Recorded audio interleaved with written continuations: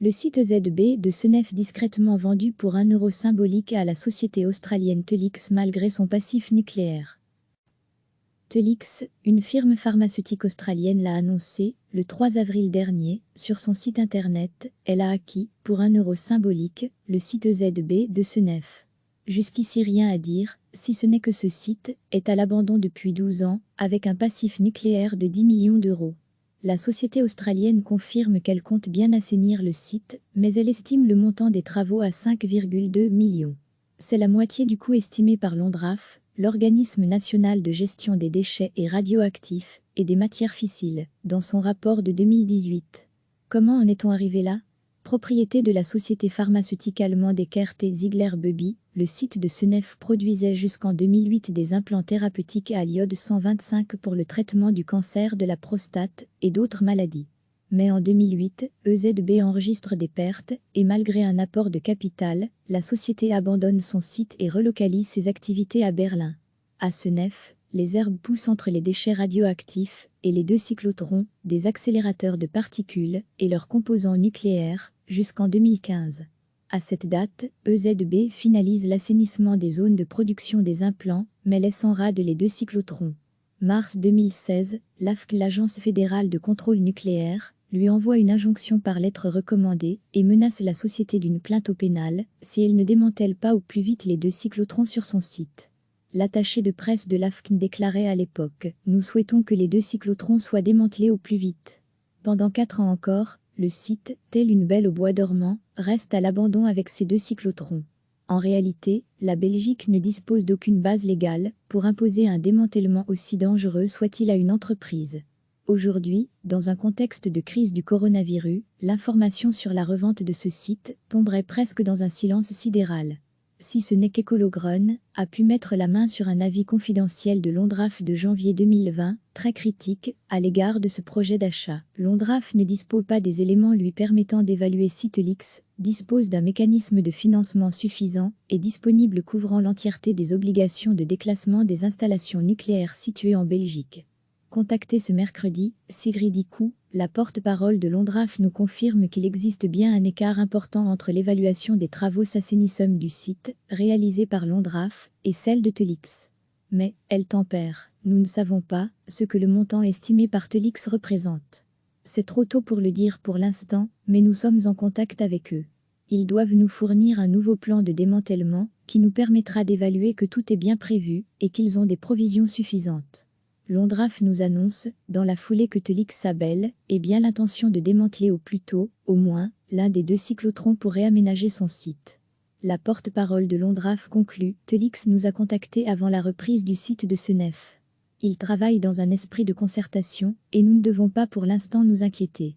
Une réponse qui est loin de rassurer Samuel Cogolati, député fédéral écolo. Nous devons travailler selon un principe de précaution. Si, après 12 ans, un site est toujours à l'abandon, il faut avoir toutes les garanties que le démantèlement pourra être assuré par le repreneur.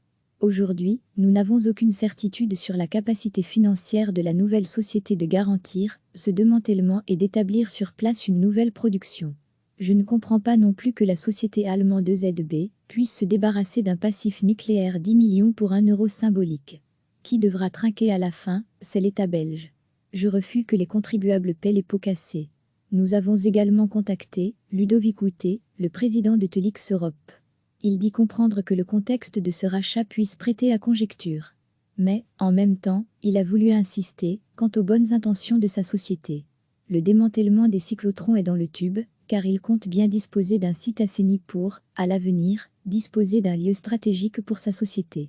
L'histoire du site de Senef et sa longue période de léthargie ne plaident pas en sa faveur, mais, après tout, pourquoi faire un procès d'intention à un tout nouveau venu ? Recevez chaque matin l'essentiel de l'actualité. Telix, une firme pharmaceutique australienne l'a annoncé, le 3 avril dernier, sur son site internet, elle a acquis, pour 1 euro symbolique, le site ZB de Senef. Jusqu'ici rien à dire, si ce n'est que ce site est à l'abandon depuis 12 ans, avec un passif nucléaire de 10 millions d'euros. La société australienne confirme qu'elle compte bien assainir le site, mais elle estime le montant des travaux à 5,2 millions. C'est la moitié du coût estimé par l'ONDRAF, l'Organisme national de gestion des déchets et radioactifs et des matières fissiles, dans son rapport de 2018. Comment en est-on arrivé là? Propriété de la société pharmaceutique allemande Eckert & Ziegler Bubby, le site de Senef produisait jusqu'en 2008 des implants thérapeutiques à l'iode 125 pour le traitement du cancer de la prostate et d'autres maladies. Mais en 2008, EZB enregistre des pertes et malgré un apport de capital, la société abandonne son site et relocalise ses activités à Berlin. À Senef, les herbes poussent entre les déchets radioactifs et les deux cyclotrons, des accélérateurs de particules et leurs composants nucléaires, jusqu'en 2015.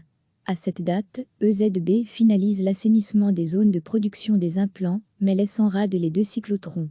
Mars 2016, l'AFC, l'Agence fédérale de contrôle nucléaire, lui envoie une injonction par lettre recommandée et menace la société d'une plainte au pénal si elle ne démantèle pas au plus vite les deux cyclotrons sur son site.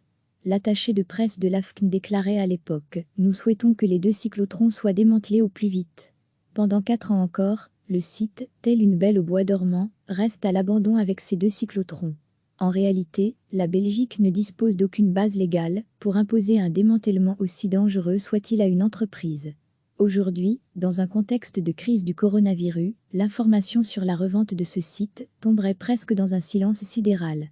Si ce n'est qu'Ecologrun a pu mettre la main sur un avis confidentiel de l'Ondraf de janvier 2020, très critique, à l'égard de ce projet d'achat. L'Ondraf ne dispose pas des éléments lui permettant d'évaluer si Telix dispose d'un mécanisme de financement suffisant et disponible couvrant l'entièreté des obligations de déclassement des installations nucléaires situées en Belgique.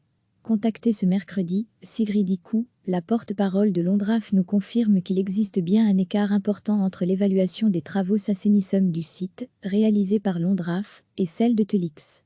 Mais, elle tempère, nous ne savons pas ce que le montant estimé par Telix représente. C'est trop tôt pour le dire pour l'instant, mais nous sommes en contact avec eux. Ils doivent nous fournir un nouveau plan de démantèlement qui nous permettra d'évaluer que tout est bien prévu et qu'ils ont des provisions suffisantes. L'Ondraf nous annonce, dans la foulée que Telix Abel ait bien l'intention de démanteler au plus tôt, au moins, l'un des deux cyclotrons pour réaménager son site. La porte-parole de l'Ondraf conclut, Telix nous a contactés avant la reprise du site de Senef.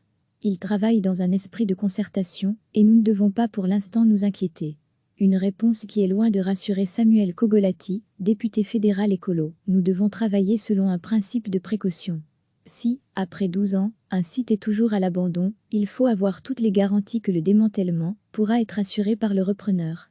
Aujourd'hui, nous n'avons aucune certitude sur la capacité financière de la nouvelle société de garantir ce démantèlement et d'établir sur place une nouvelle production. Je ne comprends pas non plus que la société allemande EZB puisse se débarrasser d'un passif nucléaire 10 millions pour 1 euro symbolique. Qui devra trinquer à la fin, c'est l'État belge. Je refuse que les contribuables paient les pots cassés. Nous avons également contacté Ludovic Houtet, le président de Telix Europe. Il dit comprendre que le contexte de ce rachat puisse prêter à conjecture. Mais, en même temps, il a voulu insister quant aux bonnes intentions de sa société. Le démantèlement des cyclotrons est dans le tube, car il compte bien disposer d'un site assaini pour, à l'avenir, disposer d'un lieu stratégique pour sa société. L'histoire du site de Senef et sa longue période de léthargie ne plaident pas en sa faveur, mais, après tout, pourquoi faire un procès d'intention à un tout nouveau venu? Cliquez sur s'abonner pour recevoir les dernières nouvelles.